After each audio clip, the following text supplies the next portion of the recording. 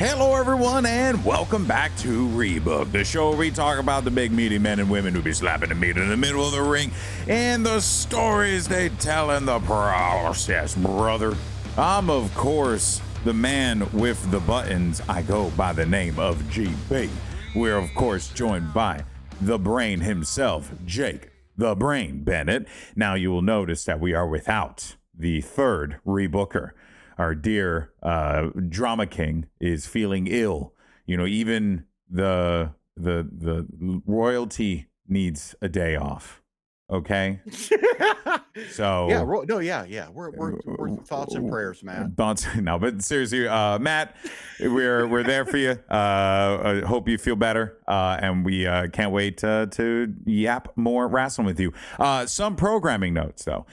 We are going to talk about No Surrender, TNA's big event that happened on Friday, but we're not going to dive into too much because Matt, I'm sure, because Matt totally surrendered to being a bitch, and now he's not here. Holy crap, man! I love it. No, no. So we will cover some of the big things, but you know, of course, stay tuned for Matt's thoughts. I'm sure he'll probably pop off on the Discord, all that good stuff. Also, another programming note, or he'll just sit there with a smarmy smirk, like because he knows what's going on. He knows. He knows all those things. He 100% knows. He knows. He 100%. He's a bad such liar. a liar, and like you know when he's lying, he's got this look. He's got that look, you know, like that look that Woods has sometimes, right? Yep. That you know the look. Anyway, he's got that. Smarmy heel. Yep. Mm-hmm. Every time we're on to you, man. Just because you're not here doesn't mean you ain't gonna. That's why he's not here, because he knew that his guard would be down. The shields are down on the Death Star. That's right. That is Matt's mouth, and he couldn't. No, but another programming note, though, for those of you who maybe watch the VCT and happen to listen to this, you probably know that I'm going to be heading to Santiago, Chile in the next couple of weeks, which I will be. I'm actually going to be going to Peru first for a wedding to see my family, my wife's side of the family. So I'm not going to be here next week for Rebooked. We're going to hopefully be able to get an episode out, but there's a lot of, production stuff. So a lot of moving parts. Exactly. So hopefully we'll be able to get it out. But if not, we will keep you guys posted. Could be a week, could be 2 weeks, but we will be back for sure, definitively 100% on St. Patrick's Day, which will be on the 17th of March for sure.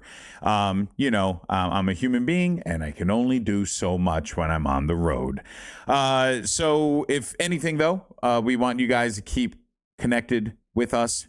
If you happen to enjoy the show, make sure you subscribe. You can also check us out across all the different social media platforms. You can go to rebookpod.com. If you're watching here on YouTube, give us a like. Okay, write a comment down below. You might want to. You know why, Jake? Why is that? Because we read the comments from our community on this show. And that takes us whether we should or not. Very true. That takes us to our fan comments. We have some good ones this week because on our Discord, we have a channel called Fantasy Booking. For how long we are on Discord, that is yet to be determined, jokes aside. But if you've been keeping up with all the crazy Discord stuff lately. But we do have a Fantasy Booking channel on our Rebooked Discord server. Someone dropped some fantasy booking. So we're gonna hit some fantasy booking right out of the gate of the show here, man. This is from Brodesis. Says, I don't know exactly the timeline or the pathing of the World Heavyweight Championship, but if the last couple years continue to trend, June or July will have a King and Queen of the Ring tournament. I think Judgment Day is done well before that. Let's say an Intercontinental Championship ladder match at Mania, where Finn takes Dom out to cost him the title, and singles match at Backlash. Finn then wins King of the Ring. For symmetry, it could also be Seth, who somehow gets the title back.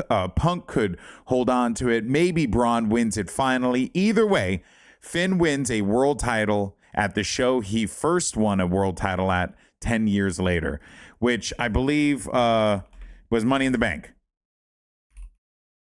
I was gonna say Monday Night Raw. Yeah, I wanted to make sure it was good, but you did lose me just a little bit because I wanted to make sure that I understood where that belt changed hands. Yes, he won it at SummerSlam. So then it would be a SummerSlam win for Finn. Okay. I could, because it'll be Punk probably retains his title, right? I feel like there's something with Finn here that they want to do, right? It feels that way, you know? I have a bit of a conspiracy theory about all that's maybe also a little fantasy booking as well. Okay. Hold up. Wait a minute. What is this? Well, there are two people right now in two completely separate storylines that have both a storied past and a mutual goal. Okay. So to speak. And who's that? Well, they're both people going after titles. I think you already know one of them. In Finn Balor, of course. But there's a fellow Irishman who seems to be having potential issues defending her own title, and I forget who that person is married to. But it seems to me that perhaps the Queen conspiracy theorist methinks could be involved in a conspiracy herself. You know, that would be a fun way to bring the gimmick full circle. It would be, yeah. Right? Like, I feel like, so what you're saying here is that Becky Lynch is somehow at the center. Becky Lynch and Finn Balor are cahooting. They're cahooting. They're both getting it to help each other out in either gaining or keeping their title. I'm going to help you get in your opponent's head by messing with their spouse. Yeah. I'm going to help you keep yours and they're sowing discord within the Punk Lee union. You know, I would like that. I would like just doing it, because just looking out for the countrymen. It has been, well, not only that, they haven't exactly been shy about their past. I mean, didn't Finn train Becky? Didn't they also date for a little while? Oh, okay. I mean, so these aren't these are like the worst kept secrets, mostly because they've both told us all this. But I don't know. I just think, like, look, Becky's husband's not there right now. And he's on the outs with the Vision anyway, who maybe could have helped in some capacity. He maybe doesn't have Finn doesn't have the backing of the Judgment Day quite as much anymore as he maybe. But do you think that it makes sense for Finn to continue like a dastardly run? Is this an indication that, like, maybe I think that Finn Balor wants to do anything he can to win? Yeah, good point.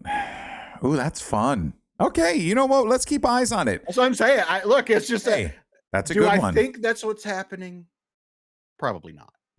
But here at Rebooked, it would be fun. Here at Rebooked, would be a lot of fun. We like to come up with wacky theories. Let us know what you think about that one in the comments down below. That's an interesting one.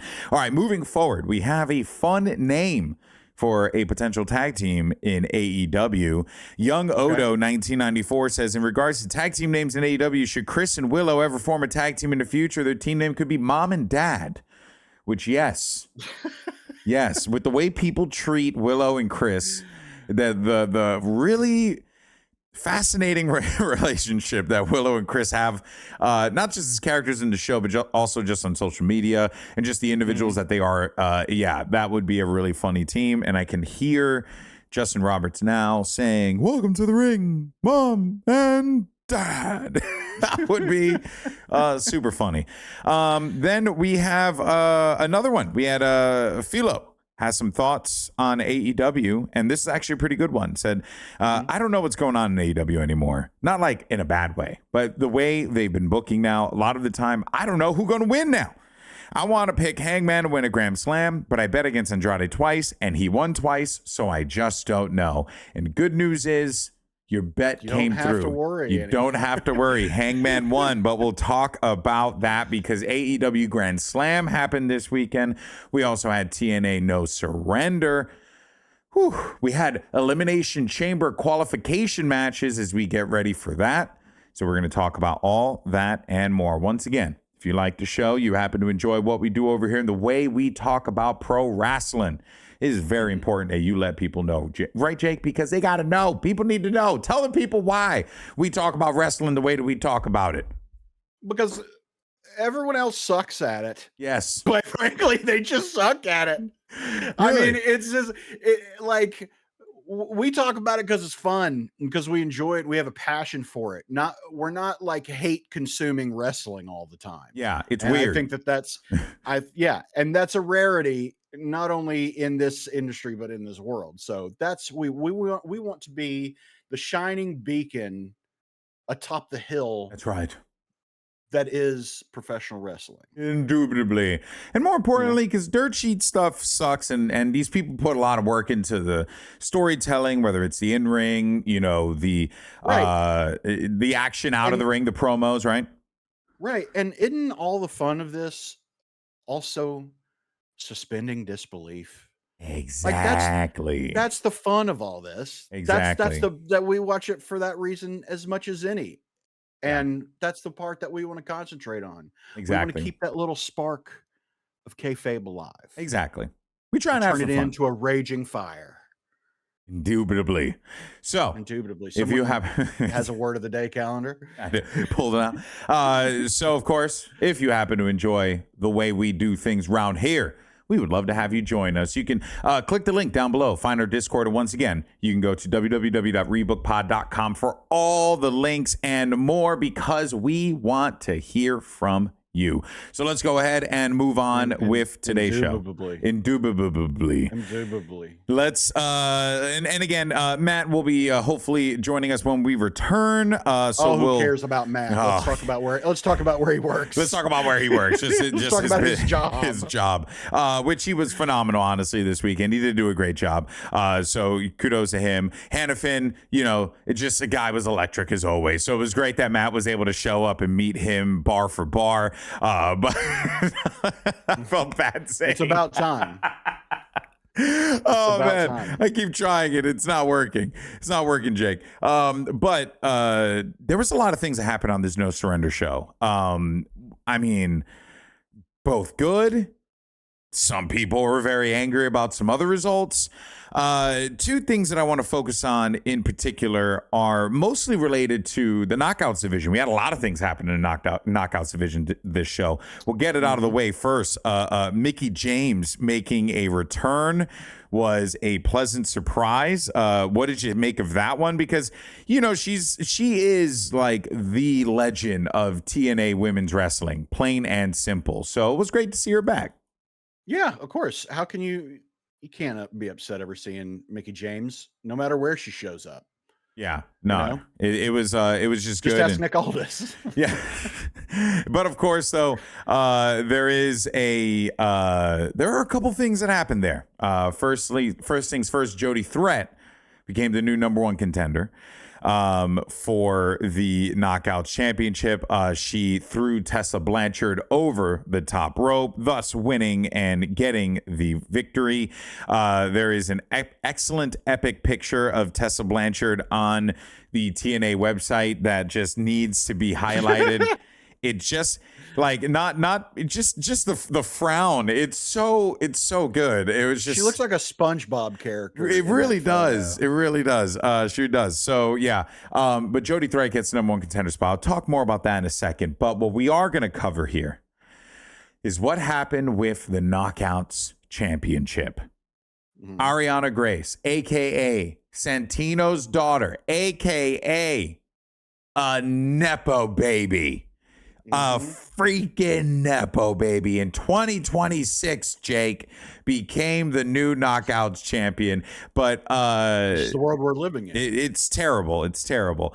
All right, let's talk about this, what this means, what we should be expecting.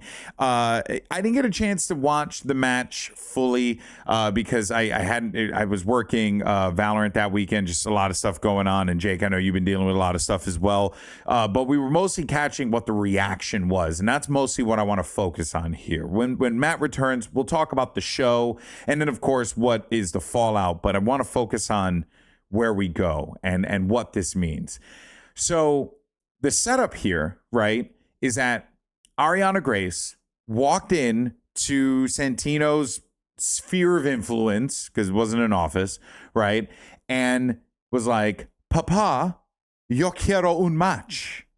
And Santino was like, hi, I shall do this for you, my daughter, and did it. Gave her the match. And as a result, the guy next to her, Stax, interfered in the match. Ladling had to like hit him with a spear. All the other shenanigans.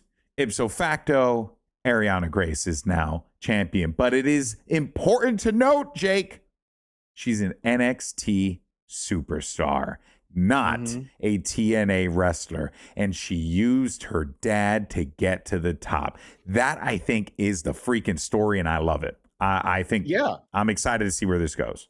I do too. I think that it's a fun story too. And a lot of people are mad because someone who isn't in TNA has a TNA title, but I guess because she's not named after a foreign vehicle and a form of currency, that it's a problem. I guess so. I do think, though, that the concerns would be warranted if there wasn't like this thing already set in place, because there's another story that's happening in TNA, which I had covered and we had talked about last week, which was Daria Rae, a former, oh my God, what does she go by in WWE? Sonya Deville, drawing a blank. So many names, so many name changes. She returned and she kind of positioned herself as an authority figure. So now you have this authority figure coming in. You have Santino, who kind of abuses powers and then willingly gave the title to the enemy. This is Daria Rae's opportunity to strike while the iron is hot. How does she do that, though? That's what I want to know. Well, I don't know, because during the show at one point, Santino went back to talk to his daughter. Yeah. But Daria Rae walked out and did not permit him to talk to his daughter, the new TNA Knockouts World Champion. So something is afoot. I'm not quite sure what it is. Clearly this is like a hostile coup. By Daria Rae. But yeah, I think some of Santino's decisions, obviously, this is maybe the one that brings the chickens home to roost, so to speak. Yeah. But he's made some questionable decisions and some questionable choices, albeit mostly, aside arguably from this most recent one, letting his daughter have a championship match, they've all been with good intentions. And that's the thing that sucks, because the road to hell is paved with good intentions. So Exactly. So now that we've gotten this result, this kind of opens things up quite a bit. Now, we have to be clear here, right? Like, some people are like really mad that, she, kind of swindled the win and, so on and so forth. And again, completely understand that. But you need Lei Yingli to like have a good like a good opponent to chase. That's number one, right? Her being champion, she had a great run. I think she had a fantastic run. I think that this is exactly what you want for like. I think the best since Jordan Grace. Exactly. Yeah. It's exactly the kind of run that you want from a face champion who you're really just taking a gamble on to just reset things. She nailed it. But now you have a really good story with this belt. But then you also have Jody Threat. And Jody Threat just, just became the number one contender. Now, do I think Jody Threat like wins the Knockouts Championship? I don't think so. I'm not feeling like that's where that's going. There's going to be maybe something there with Tessa Blanchard, but the person that I'm really just waiting to see what they do with here because of their history is Danny Luna, because of their tag team history and Danny's turn to the dark side, right? There's something there. Danny was out there helped distract Yaling Lee during the match. Yeah. So like there's a lot of different things cooking that I think we're finally starting to see a bigger picture in the TNA women's. It feels like, and this is the thing I think is the important bit, and then we'll move forward from there.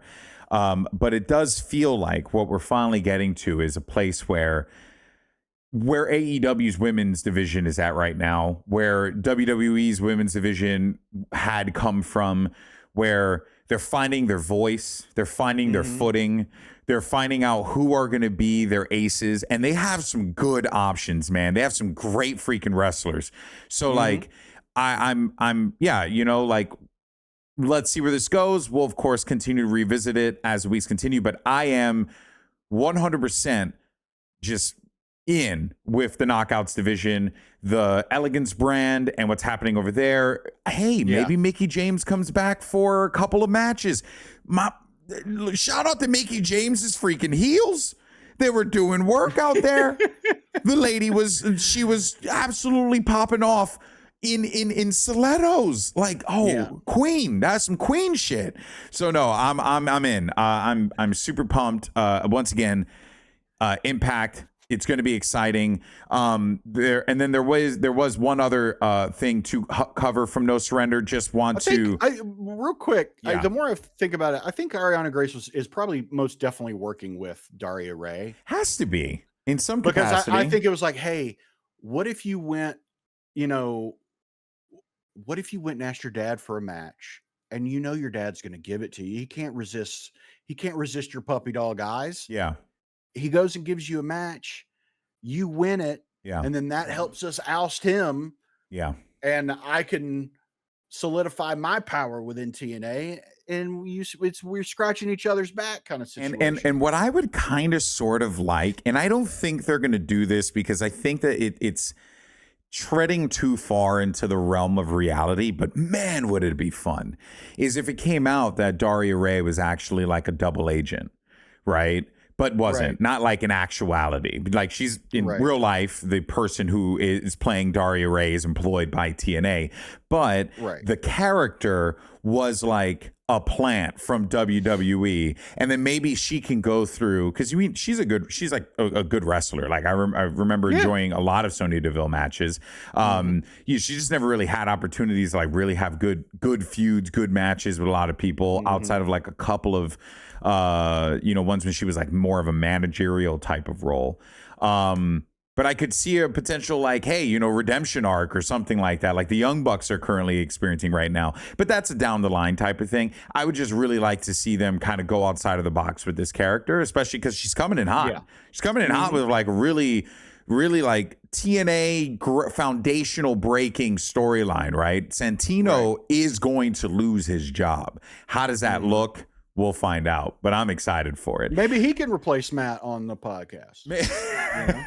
Maybe, dude. I would love to get Santino on the podcast. That'd be crazy. Jacoby Beignet. And only if he's in character the entire time. Only if he's in character. Yeah, and I want to do it. I want to conduct the interview like the way that, you know, I don't know if you saw the Brian Tyler Cohen interview with Barack Obama, where like he's like doing like the one where he admitted aliens were real, but then is backtracking the whole. Oh no, I just meant as of course, mathematically, of course, that bitch, you said that aliens were real. Come on. He isn't wrong though. That's not I believe aliens are real. He's seen them. I'm telling you. He's seen them. But he did say they weren't in Area 51, Jake.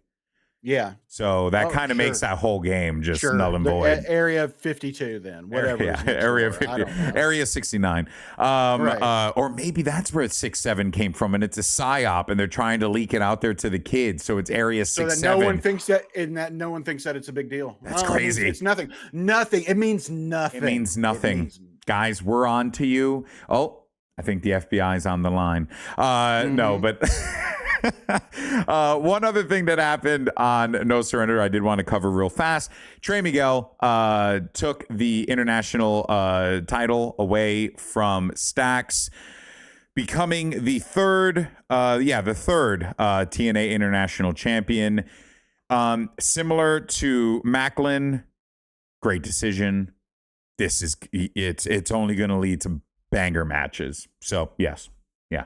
Right now, the international championship needs to kind of become like a workhorse title, I think. Sure. I think the X Division title needs to be held by this is how I'm viewing it. I could be wrong. And Matt not being here is fun because we could just like theorize and just, do our thing. The way I view it is obviously world title's world title. That goes without saying. Prestigious as fuck. But especially the TNA title because of its long lineage. And there's something I wanted to cover on that. I wanted to get your thoughts on it after I wrap this one up. But okay. X Division title's the guy who's next up, right? Like it can be, the fast, dynamic, athletic wrestler, but I really do think like now it's kind of establishing itself, especially since they're bringing back the option C narrative. It definitely gives me the next up type of vibe. And then the international title is like the intercontinental title, or really the US title of this situation. It's a workhorse title. It's the belt that you put onto someone who you want to go out there week in and week out and put on banger matches and like minimal storyline, but really focus on matches. Whereas X Division is like kind of a balance between the two, and then the world title's like all the storylines because obviously you don't want your stars to like wrestle every single week because that could lead to injury and stuff. And then you focus more on story there. Does that make sense? That's kind of how I view it, right? Yeah, I think makes sense to me. I want them to, and I think Trey Miguel's a good option for that. I think he's like exactly the guy that they need to have that belt right now. But what I did want to say though was, and I want to give you thoughts on this. Okay. There's an incredible advantage that TNA has, right? And it is its lineage. It's its history. Like Mickie James returning in that moment, right, was such like a big pop, right? Like whether it's, I was looking at old Bobby Roode matches and like, I really would love to see Bobby Roode do something again, come back. James Storm, same thing there. AJ Styles. And I'm thinking like where TNA can kind of be right now. And I feel like TNA, like they have this awesome lineage, but they do need like a reset. They need like and they're doing it and it's good. And I'm really liking everything that's happening on TNA TV right now. But yeah, I feel like that's their advantage coming into this. Whereas AEW's building their history, TNA's already got that, but now they need to find that essence again. Do you think they're on that course right now? I mean, I think that's definitely the objective and where they're trying to head. Yeah. I mean, I think that they're wanting to kind of connect the past audience with the present audience and vice versa. You bring someone in like Mickie James, who's experienced and loved, and it's like, oh, all right, let's go see what Mickie James is up to, and so yeah, I kind of do think that's that's something that they might be doing more, is kind of maybe trying to play on the nostalgia of things a little bit. Yeah. They should. But not yes, but also like you know, I don't think that it should be overused. You Yeah. know, you don't want it to just become a nostalgia fest, but yeah, find some way to connect the present to the past. And I think you can bring in Yeah, a because bigger they audience. kind of did it with the they had that wild match with what's his face? Mance, oh my god. Lance Warner? Yeah. And he was like fighting what was his name? There he is, Mike Jackson. Yeah.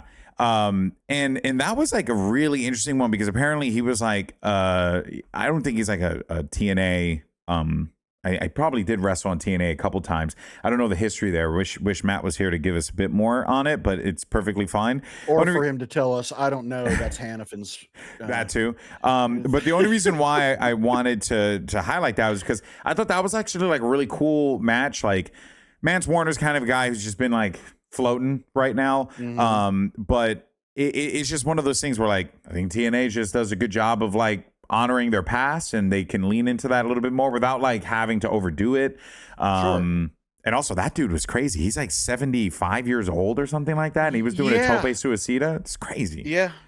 Crazy. Yeah. Yeah. Did you want to talk about the title match, by the way? By the way, born in Birmingham, Alabama. Oh, no way. That's the way. Yep. Good genes out there, clearly. You know, you guys are able to survive Alabama, you know, and still do tope suicidas. What's your excuse, Jake? Come on, do a tope suicida. Let's go practice. I don't have any topes to suicida from. And I guess we can just touch on the title situation and how that played out. Odd stipulation, but that's TNA, and I'm okay with it. Jake, if you want to elaborate, if you don't mind, on what it was for the title. Well, okay, so it's a tag match. Yeah, it was a tag match. Right.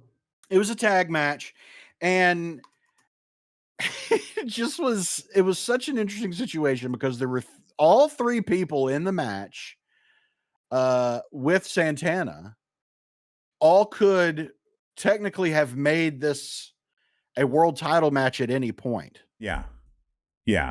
But and we'll explain how. So you have Leon Slater who has the X Division Championship, and he can execute option C. Yep. And then you have Nick Nemeth, who has the Call Your Shot Gauntlet. And then you've got Eddie Edwards, who has the feast case.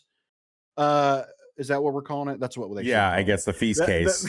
We should call it the feast case. The crave case. White like Castle the briefcase, case. But it's a feast case. Yeah. Oh, that's right. Yeah. They really got to get that sponsor down. Yeah, they really do. And whoever wants to cash in has to eat a crave case before they do. Yes, dude. Now that I could do. I could do. Give me that stipulation any day of the week. Suicidas, I could do that. Yeah, so any of them could have cashed in any of these opportunities at any moment. Yeah. And no one did. Yeah. It was kind of, I don't know, it was kind of odd. I think you should have at least teased it happening. Well, they kind of did because Macklin came out, attacked Santana, and then there was that moment when Leon Slater was like, "Whoa, wait a minute," and then everything then they beat the crap out of Leon Slater, and then it was if one cashes in, does it become a fatal four-way? So that was the thing that I didn't understand, right? Because it became a one-on-one match. Right. But naturally. So for then the other two would have to cash in theirs to have to. Exactly. Right. They would have to cash it in. So it would inherently become unless Leon Slater just decided he didn't want to cash it in. Right. Which he said. Last week. Yeah. Yeah. Per our conversation last week when we were talking about what's going on with Macklin, what I think would have been cool to have seen is either Nick Nemeth or Eddie Edwards be the one to tease a cash in after Macklin beats the crap out of Santana. But when they come over to take advantage, Macklin beats the crap out of them. Yeah. and is like, no, he's mine.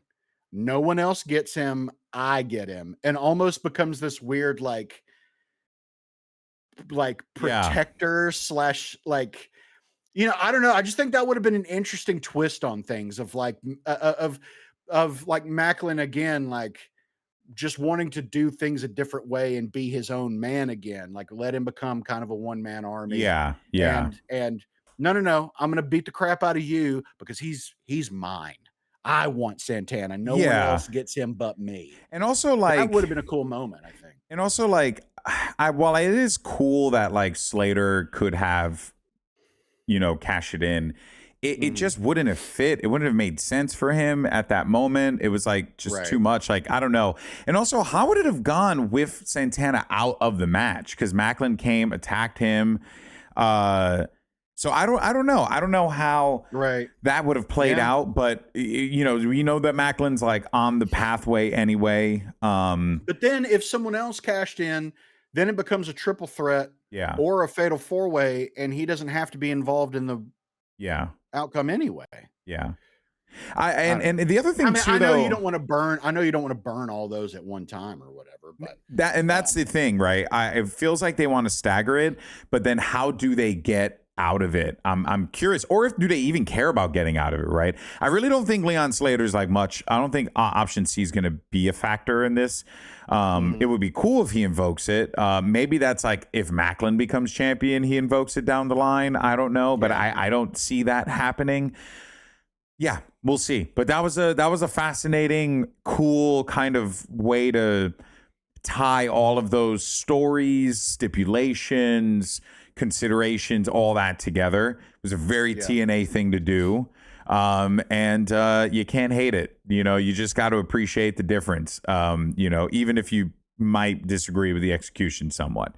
But anyway, so we'll, of course, be keeping tabs on TNA. Let us know what you think in the comments down below. How did you feel about No Surrender? What did you think about the results? We'd love to hear from you. Bringing us now, though, to some WWE action. We got Elimination Chamber, roaring. Got the qualifications already locked in. Cody Rhodes, Randy Orton, LA Knight on the men's side. Javon Evans. yeah, That was a bit. Oof. if he doesn't call the Elimination Chamber the bouncy house, I mean, Yeah. seems like a missed opportunity. But as soon as it was announced like that he was going to be in a qualifying match, I was like, boy, that sure would be cool Yeah. if he would make that, because he'll do some stupid shit. And you know what? And it'll be so entertaining. And he is, and he's in it, and we'll see, like what this match or how he factors into this match. But I obviously don't think we are going to get. He's not winning, but he just really adds just like a fun wrinkle to the match with like really, really cool moments, fun dynamics, all that stuff. Yeah. Asuka also qualified as well. So the Queen, the Empress of Tomorrow, back in the title picture. We'll see if she can win it. I want to believe that she can. I think we could be due for an Asuka return to glory, but she will be joining. Let's see, who do we have on that one? Rhea, Tiffany, as well as herself, and Jade Cargill retained the WWE Women's Championship. Liv still hasn't chosen. I thought Liv might have, but no, Liv still hasn't picked. Right? No, but I think she's gonna pick Stephanie Vaquer. It's gotta be. Really, because that segment last night. Oh yeah, so I didn't get to watch Raw last night. So go ahead and run me through that one. I didn't get to watch the segments. She was just supposed to be having a one-on-one interview with Michael Cole, and Cole was asking, it was basically going to ask her who you're going to pick. Yeah, but she's interrupted by Dominic Mysterio. He's like, "Well, what are you doing? You can't have her here without me, and you can't have me here without her. And we're a package deal." Comes in and sits down, and really before she can start giving too much of an answer, Stephanie Vaquer interrupts and comes in and cuts a whole promo on her in Spanish Aye, as okay. Dominic is translating in Liv's ear. And then it ends with Liv in tears leaving the interviewing room with Dom. So here, and I have someone, thank God, translated what Stephanie Vaquer's promo was. Okay. And it was very, very good, even in a language I couldn't understand. You All could right. feel the intensity. It was Okay. great. Okay. And Damn. Liv sold it really well as, someone who's just getting the translation in her ear from Yeah. Dominic. Yeah. So Yeah. it really sold like the whole segment. So this is what Stephanie Vaquer said to Liv Morgan. And I quote, "Did you say 10 years of hard work? You working hard? That's bullshit. You've sacrificed nothing. WWE gave you everything. The best training, the best medical. You were given everything. You want to talk about sacrifice? I was born in Chile, a country where wrestling doesn't exist. And now I've traveled all over the world, Japan, Mexico, Latin America, Europe, and I've conquered everything. You should be ashamed because you need to hide behind the judgment day. It's Ooh. sad. It's sad because you need to hide behind a man. But let me tell you something. I went through hell and made it mine. Everything I did was to get to WWE and become champion. This title for me means more than just a title. It's for all the little girls, all the women who never got the opportunity and Damn. overcame anyway. That's real. Liv, if you pick me, you won't win because I'm going to show you what a real champion is." End quote. Dude. I mean, that is brilliant. It's a hell of a promo. And this is why, my friends, for years and years and years, we have been robbed of this. All because we didn't want to approach storytelling in a different capacity. Oh, you got to have the mic and get into the ring and cut the promo. And listen, I understand that. You got to sell tickets for people to come into the building. The matches also sell tickets to come bring people to the building. But you need people to care. And like, it doesn't matter the language if you're able to convey the message and do it like this, which with translations and really like hit that message home. You like, how are you going to build stars? This is a great, like, you literally just gave everyone a reason to give a crap about Stephanie Vaquer in a way that like her NXT run barely could do. You know, brilliant, brilliant. Yeah. And I thought it was a phenomenal segment, and I thought it was made even more phenomenal once you understood the words. Here's the deal. Here's the deal. This is what I want. Guys, fantasy booking. Wait a minute. Liv should pick Jade.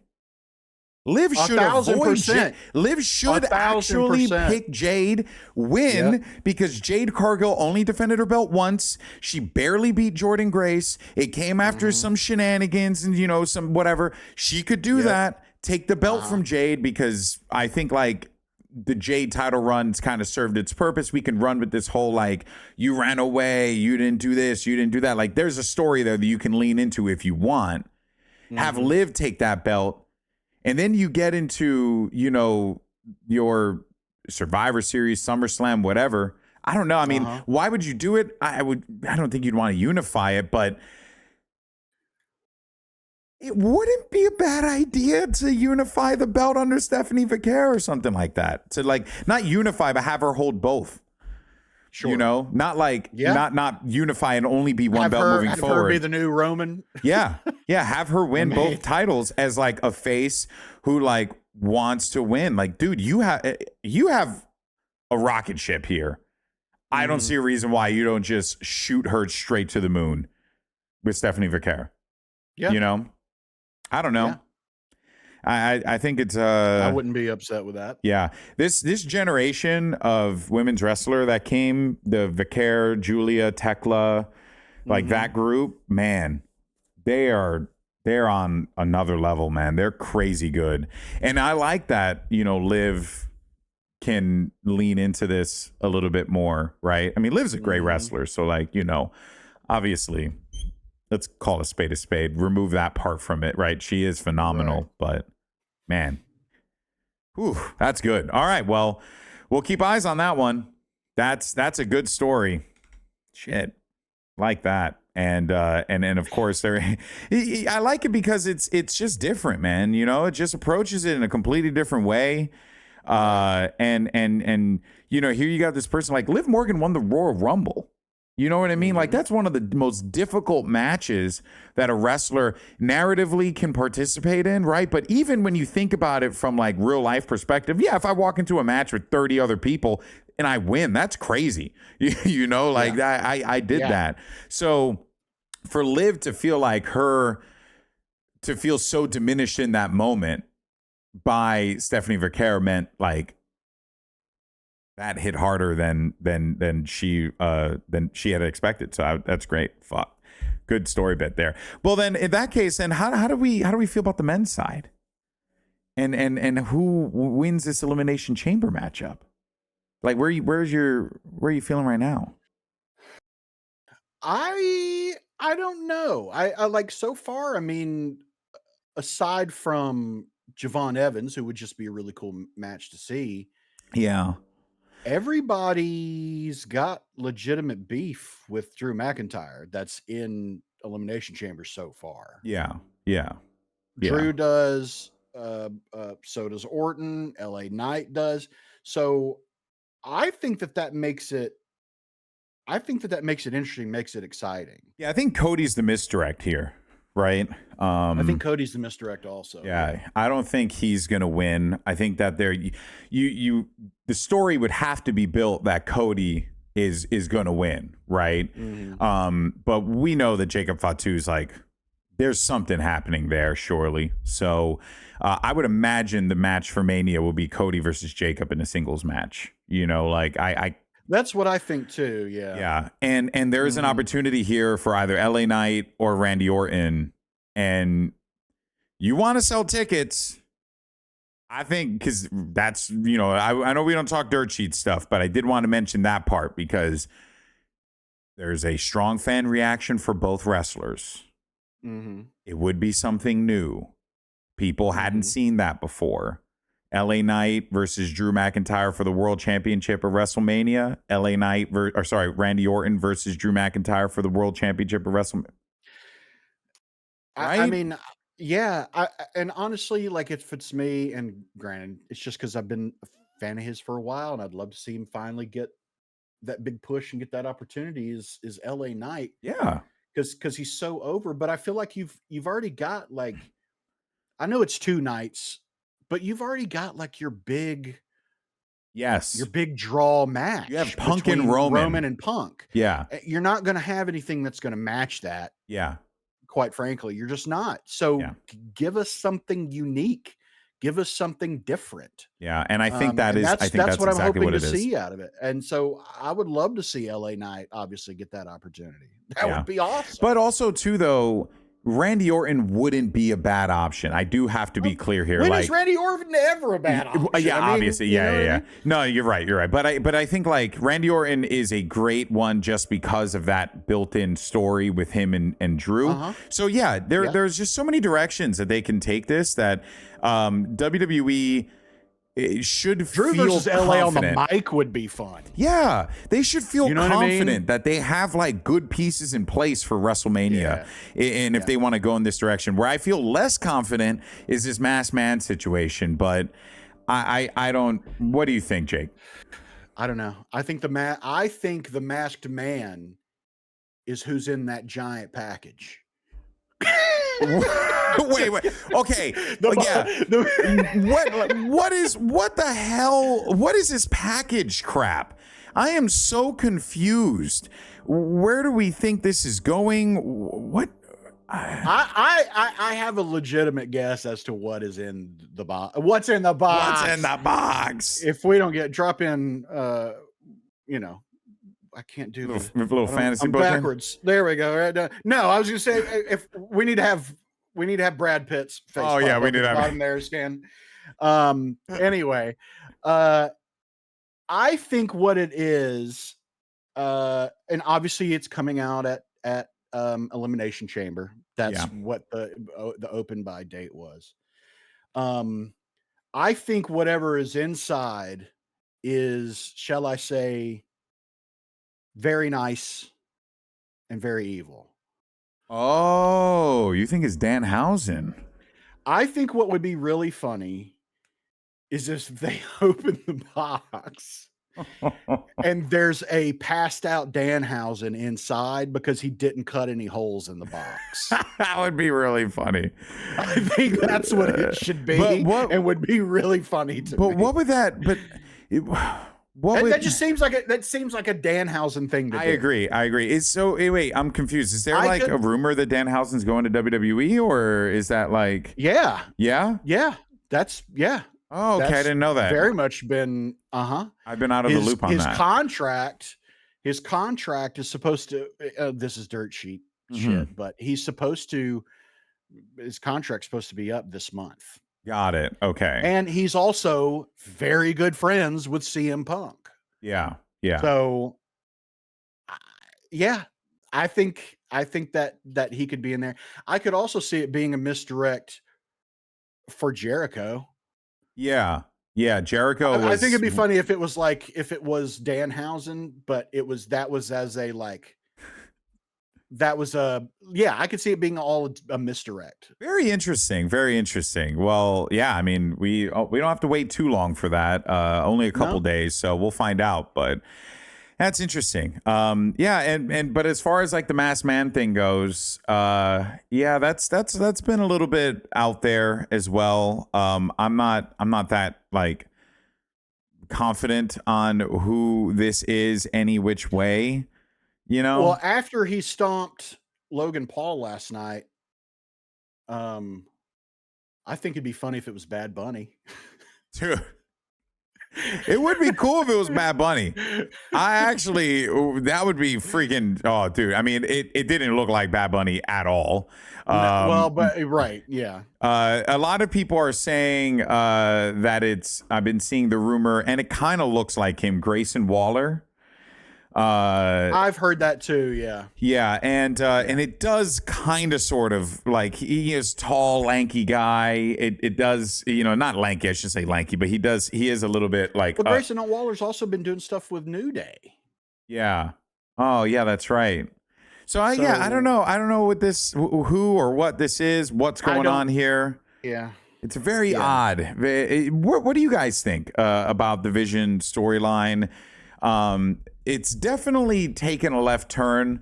And I think if anything, we should hopefully be seeing, as Brody's has mentioned at the beginning of the episode, the end of Judgment Day to kind of give maybe a little bit more space to the Vision, because there needs to be a bit more, and it's a little all over the place. Let's close out with All Elite Wrestling. AEW had another great week of wrestling on their end.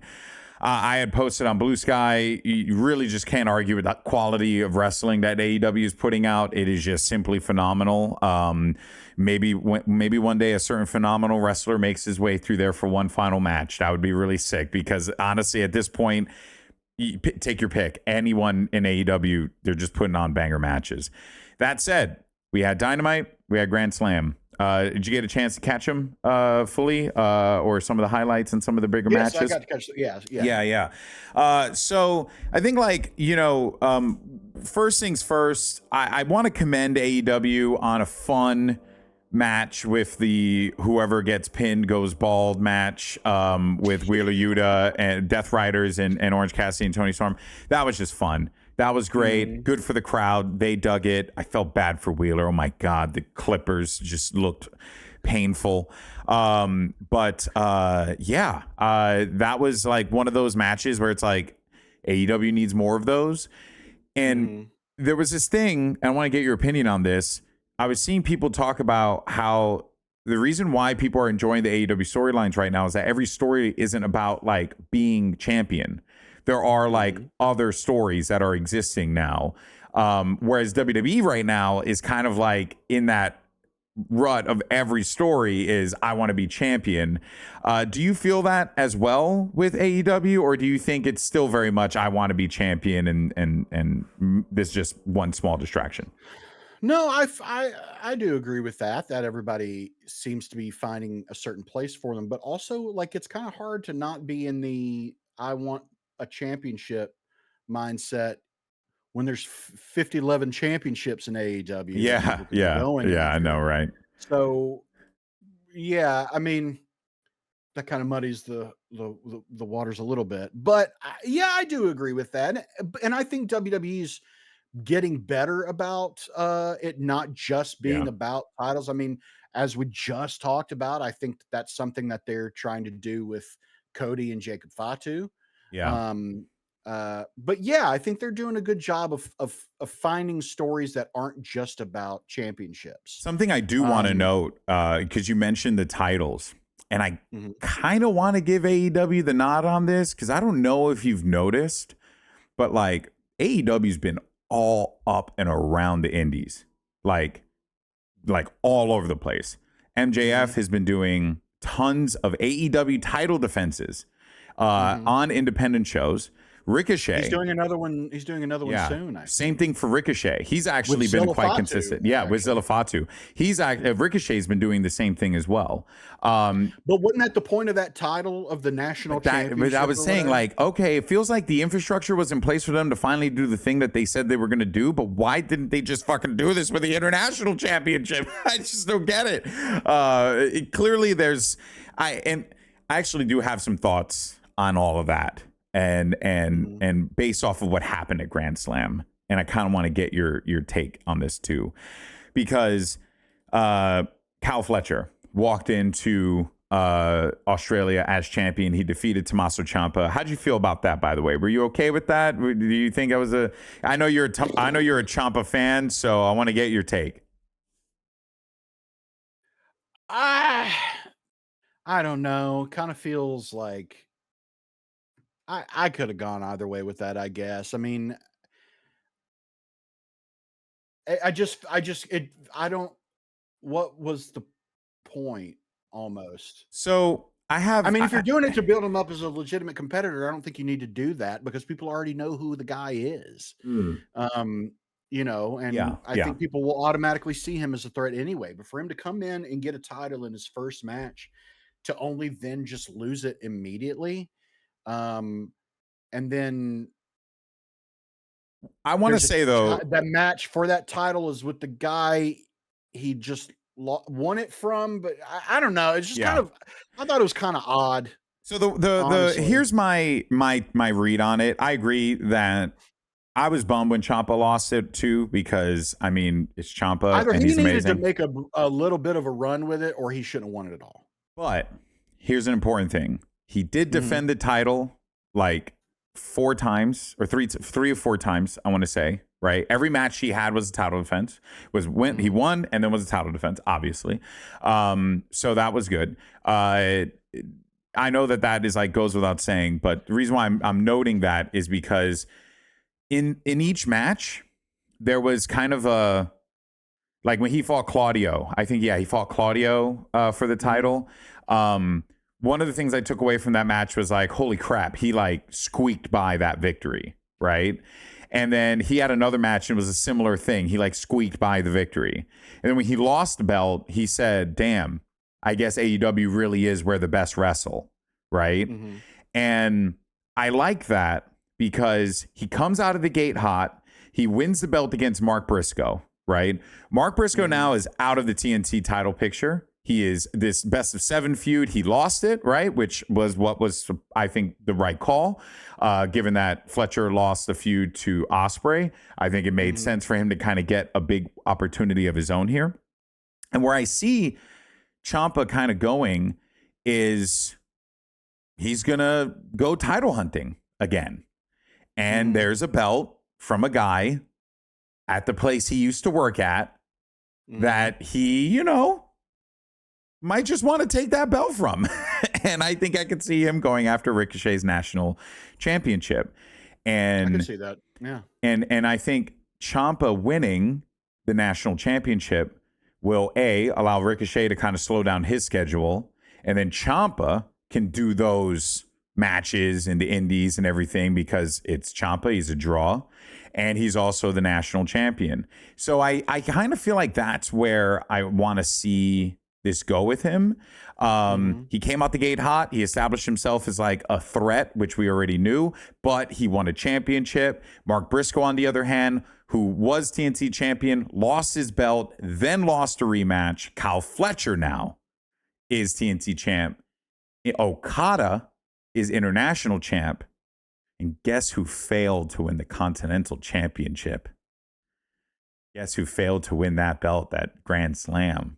And now Kyle, Okada brought those belts back. I think we're going to see everyone in the Don Callis family draped with gold except Takeshita.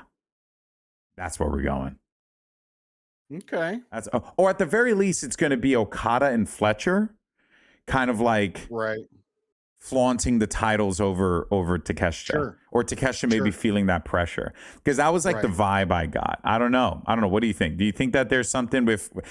Obviously, there's a fissure happening there, right? Between Okada, Fletcher, and Takeshita. Yeah. It feels like we've been teasing it for a long, long time. And I'm getting... Hey, it's time to pull the trigger. I'm getting edged here. Let's... I mean, come on. Yeah. Well, how do you do it then? I guess what do you do it for, right? Do you do it for the international title? Like, is it like a kind of unification match? Because I have a feeling they're gonna drop the international title or unify it with the TNT title or do something with it. I don't know. But we've been down that path of like, maybe they'll unite these titles. Oh, they did unite them, but not really unite them. And then I don't know. Yeah, I don't know. It's such a convoluted mess. Yeah. I mean, honestly, like it just needs to be. It just needs to be Takeshi and Okada. Yeah. For Okada's title. That's what it needs to be. I wonder how Fletcher plays into it. You know, I'm curious how he... That's why I guess where I'm leaning more toward. It's like Fletcher's obviously going to... Yes, I agree with you. How does Fletcher play into it is more what I'm curious about. Yeah. I mean, that's tough. Like, is Proto-Okada an illusion? Is he really... Is he always going to be Proto-Shida? Right? Right. Yeah, I mean, I don't know. Because I could... Oh, man. That's a good story. This is a good story. Yeah. This is what I'm saying. AEW right now, you have all these different stories where you're like, man, you could do this, you could do that, you could look at it this way. Like even with Ciampa, I'm looking at him like, I don't see a guy who like failed. I saw a guy who got by AEW's like youngest rising stars, who is like the future of the company, who won and was hell-bent on winning a championship going into his home country, did it, right? Which is a really cool thing to do. And he did it without Don Callis family assistance. Like, you're seeing Fletcher slowly prove to himself that he could do this on his own. Now that you bring that up, it feels like we just need to assume that if an Australian is having a match in Australia at a pay-per-view, they're going to win. Because isn't that what's happened every single time AEW's been in Australia? Hasn't the Australian won? Every single time. Yeah. Which, you know, again, like it's nice they did that, because now that we're noticing it, you know, it's because I think the ring goes counterclockwise instead of clockwise. That's what it is. Australia. That's what it is. I can't remember it. Yeah, they run differently out there, you know, and just the feet, they go actually with the right rather than the left. You know, it's the whole thing. Yeah. Well, they're upside down compared to where. Exactly. But yeah, so that was, I think, just one story that I think is going to be just really fun. Because when they finally pull the trigger on it, but we're getting close. Revolution's around the corner. The first big match on the card has been established, and isn't that here? Yeah, again? It is. Isn't Actually, that in LA? Speaking of, do you want to go? We should probably go. Yeah, we should probably get tickets and go. I will be here. I will be here. But that being said, let's talk about this. Like, Okay. MJF, Hangman Adam Page. It's happening. Revolution. And it's been and it's I think my plan's it happening. really a lot of it kicked off at Revolution last year when they had that match. I think it's my kind plan of a is fun happening. full circle thing. I think the Will Ospreay is going to be the one. Yeah. I think so. MJF, man, he is. What do you think about MJF's current run? Because I'm digging it. It's I like it. It's good. Yeah, it's a different kind of bad guy run. You know, it's. I could be misspeaking here, but I think I said it before, but it is very reminiscent of like old school, you know, territory type wrestling. Ric Flair. You know, going to different places. It's very reminiscent of Ric Flair, just like the style of like, you know, when he was hitting Brody and like hurt his arm when he gave him a lariat or whatever, and you know, it was like, and him screaming afraid of Brody in different moments, and he's playing that like kind of cartoonish chicken shit heel who can still wrestle. Who can still go. Yeah. And that's still go. Yeah. And it's really doing a great job of putting over opponents like Brody King. Yes. I mean, it's making him seem like even more of a monster. Brody, I think, you know, that kind of a match as well was like the story that they told and the way that they were telling it was really dependent on Brody looking like a slow, brutish wrestler, right? Because it was working the leg. It was trying to like get in there. And I think like, that is when I think about bad guy wrestling, right? And heel tactics, that's it, right? Like those are heel tactics, going after the leg, the big guy attacking it. Like, yeah, we think about it and we're like, oh, that's just what you should do in a match because like, you know, technically speaking, like you want to get the best of your opponent, blah, blah, blah. Sure. Right. And yes, but there's something just old school classic about it where the way that MJF approaches it, right? The chop blocks for the back of the leg, right? The constant grabbing of the leg and kicking it from behind, like all those little aspects to it. He bit his knee. He bit his knee. He bit him. That's MJ. That's so MJ. And he does seem like a biter. Like he would have bit people as a kid. You know? For he's sure, 100% the kid you go home and be like, Miss Friedman. Maxwell bit me today. Yeah. Miss Friedman, he keeps doing this. Okay. It's a problem. Yes. Okay, you need to get him under lock and key. So I think like that was a really like just great display for Brody, but also MJF coming out of that one looking like a great champion who took chopped the leg, took some quick routes, but now is going to face off against the Cowboy. I think obviously there is more to this than meets the eye. This surely isn't going to be match 1 of 1, right? One can assume.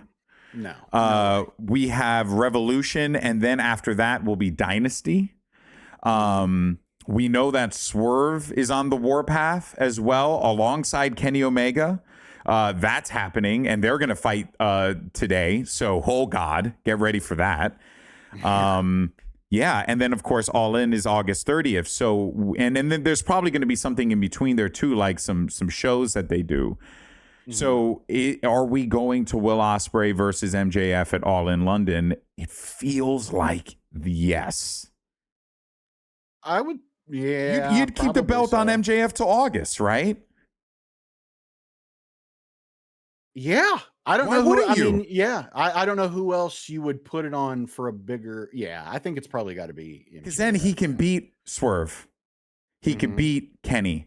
And then no one can say MJF isn't a main event top guy at that point, right? Like no one can say that. And who knows, maybe along the way he beats someone else. Like maybe he beats an AJ Styles who comes in for a match. Maybe he beats a Shelton Benjamin. Maybe he beats a Shelton Benjamin. Proves to Shelton that he can be a champion. Yeah. Dude, there's something here, but at the same time, he's a douchebag. The whole way through. He's just an absolute turd. He's cutting corners, attacking his opponent, doing all the things that a bad guy would do. Yes. But he can go. Yeah. Yeah. Well done. Like a complete opposite of his previous title runs, right? Like a polar opposite where he was throwing the goons at his opponent. Right. Yeah. Running away, cowering in fear. Not this version of MJF. No, not this one. Yeah. Yeah. Yeah. This is good, man. Again, there's just so much to be stoked for when it comes to AEW. It's shown growth in his character as well. Yeah. You know, that he has gained this experience and has gotten better and has improved. He's still MJF. Yeah. And he still does, but like just he's smarter about how he's shitty. Yeah. Yeah. You know? And I guess what I'm wondering is like when Ospreay returns, right? Because they've been teasing it a lot, right? We've been getting a lot of the videos. So I think we can say like Will's like on the horizon. It's going to happen. Maybe he beats Hangman at Revolution and, Will Ospreay returns at the end of the pay-per-view. Could be a very, very easy thing for them to do. But like, I can't help but feel, and this is where I'm going to give us a little bit of fantasy booking for us to think about. All right. He's going through these matches, MJF. He's winning. He's fighting. Yes, he's being a dick, but he's doing it. I feel like at the end of this, he becomes a beloved face champion. You know, like similar to his last run, but with a more like clear pathway rather than him needing a friend. It's like him proving himself because that's what all this is, right? So if Will Ospreay comes back to that, I don't know. Does Will Ospreay go heel? Is there value in that? I don't know. What do you think? I don't know. I don't think he needs to go. There's plenty of heels. Yeah, right. There's plenty of heels in AEW. I don't think that they're short in that department at all. Yeah, so right. I don't think that Ospreay has to. Okay, but what I also don't want is I don't want a carbon copy of Hangman's story done with MJF. Sure, like the Owen, and then they like fight into Owen and. Yeah. Right. But just, or even the same path of redemption that he had. I worry about, it's going to be harder to do though, because MJF is such a slimy douchebag with all due respect. Yep. It's going to be harder to do. So, yeah, I don't know. And I also think too, I don't want Hangman to go into Revolution, even though it's not, it probably will, but I would like to see maybe like, hey, Jet Speed haven't had a title defense yet of the trios titles, right? What if, Don Callis family, or we could think of a trio that maybe could use the belts right now that they could like put them on to, like maybe Ricochet, the Demand, like it's a litany of directions they can go there. And MJF is the one who kind of causes that, right? To like piss off, because like now we got to see what the story is, right? We know MJF and we know Hangman are going to fight. All right. We got a couple of days to sell this, right? We have a Dynamite that we gotta, sell this show, right? We have a couple Dynamites, right? What do we have? Like until the 15th, we have 4 Dynamites and 3 collisions, or scratch that, 4 collisions, right? To sell this story. So where do you go from there with Hangman and MJF? And I think there's some opportunities here. Oh yeah, there's enough time for it to. Right? Yeah, it feels good. To really ramp up, yeah. Yeah, all right. So. Let us know what you think in the comments down below. Does MJF lose the title at Revolution? Is that what you're feeling right now?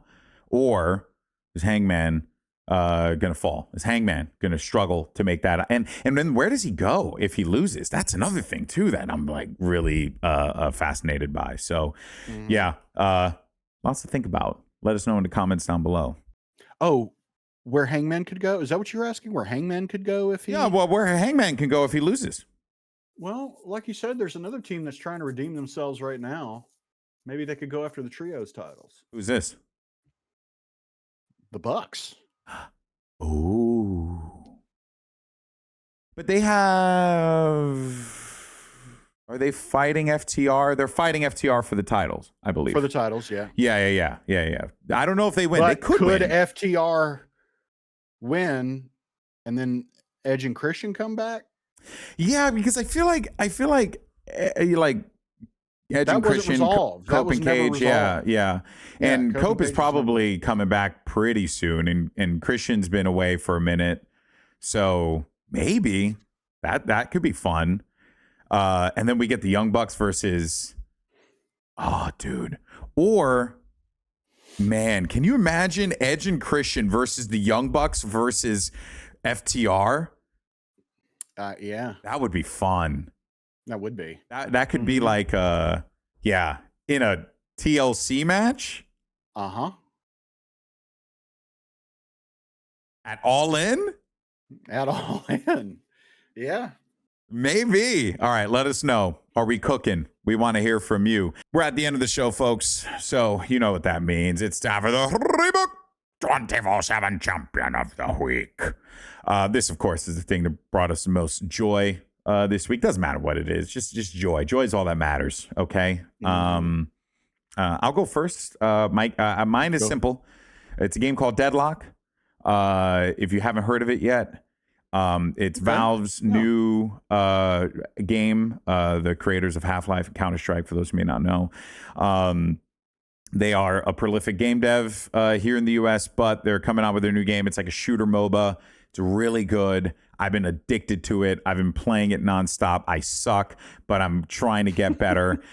It's like, like playing League of Legends, but a shooter, and more shooter than it is MOBA. Worth the time. It's not out yet. You have to get invited to get in. But really? There's no, you can't, it's not free to play. There's no skins to purchase. Valve is literally just like releasing the game, like trickle releasing the game to people, doing invites, letting them come in, try the game out. And everyone's just a beta tester right now. They dropped 6 new characters that were all ready to go. And then they had the community vote for who they wanted to release. It was pretty cool. They're doing new things. The game is really cool. So keep it on your radar. Deadlock. I genuinely think it could be like one of the biggest games to come out in the last couple of years. So we'll see what happens. What you got, Jake? My 24/7 champion is also a game. Nerds. But my game is called curling. Yes, sir. Dude, curling is awesome. I don't understand curling, but I can't stop watching it. Yeah. Like, I don't care if it's men's, women's, the mixed doubles, I can't, this woman, yes. I can't get enough of it. I mean, over the weekend sat on my couch, ablazed, and just, sit there, and I was like, what a beautiful sport. Yeah. I don't understand the lick of it. I was sitting there watching, I was like, it's just giant shuffleboard, right? From what I understand, it's yes, but also there's like other weird. There are other weird rules. And I don't understand the scoring. I don't understand. Like, for example, if let's say like you but threw, I know I have to be a part of it. If let's say you threw your giant, whatever that thing is she's holding there, it's right? Stone. Yeah, the stone. And then rock. And then the stone ends up on the target and it knocks someone. The other team can like brush to like try and force that stone to like move. Yeah. I thought that was really cool. Brushing makes it goes faster. Yeah. Not brushing makes it go slower. Yeah. You can also brush on one side to curl the stone more. Yeah. It's an excellent sport. It's actually really cool. Like it's like shuffleboard meets bocce ball on ice. It's cool. But also like there's a controversy with Team Canada potentially cheating in the Olympics. Yeah. Like what has happened to the sport I love? What has happened? to the sport I love for 2 real. weeks for 2 weeks every 4 years. You know what though?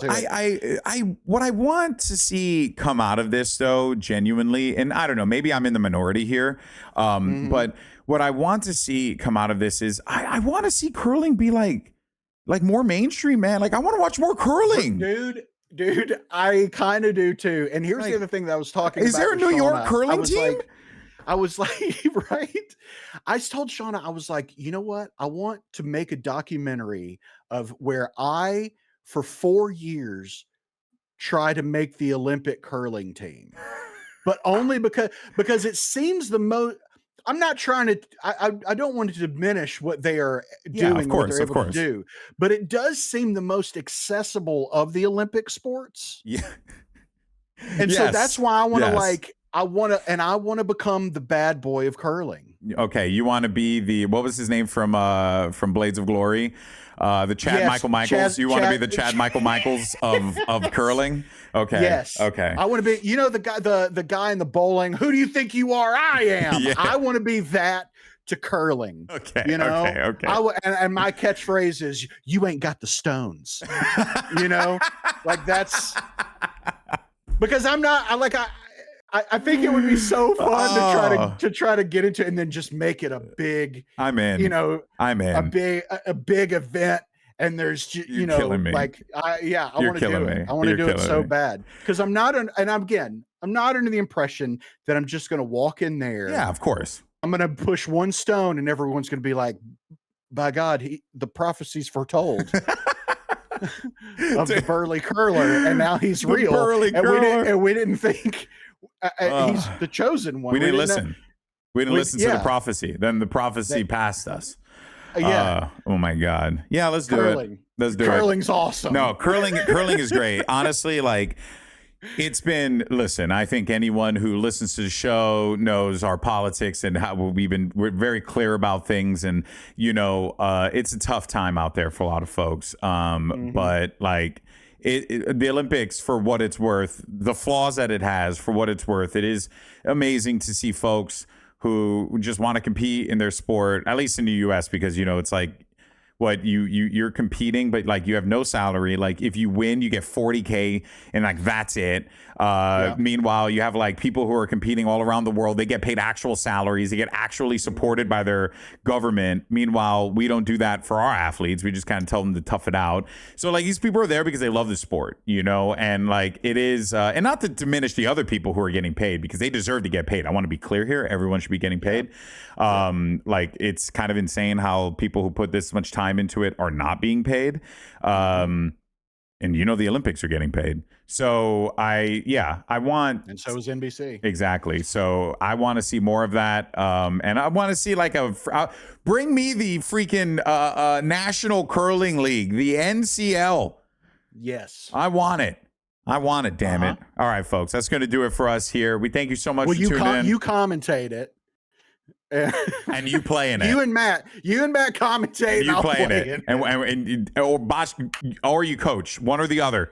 One thing or another. We're in. Either way, I want a jumpsuit. How do we do this? Let's get together. The Rebook National Curling League. Let's make it happen. All right, everyone. Thank you so much for watching. We appreciate you. Once again, shout out to Matt. Couldn't be with us. He wasn't feeling that hot this week, but hopefully he'll be back and feeling better. That being said, curling, the players can make matches with each other. Yes, that's just for Matt. That's just for Matt. That's what Matt would want. We all know that's what Matt would want. That's what he would want. Like I said at the beginning of the show, programming note, next week I'm not sure on the episode. Keep eyes on Discord. I'm going to be traveling on the road. I got to set everything up for the guys, so we'll be keeping the community up to date on all of that stuff. But one thing is for certain, Rebooked will 100% be back full operation St. Patrick's Day, March 17th. But again, going to try and get a show out for you guys, or sorry, not St. Patrick's Day, March 17th, that's when we record, the 18th. Want to try and get a show out for you guys on the 4th and the 11th, but I'm going to be on the road, so it's going to be tough. We'll try and make it happen. Thank you guys once again. Just stay tuned to all of our social media. Yeah, it's just a lot happening, so just trying to stay on top of everything. Thank you all so much for supporting the silly crap that we do on this show, and we of course thank you for every single moment of it. We'll catch you guys soon. Peace.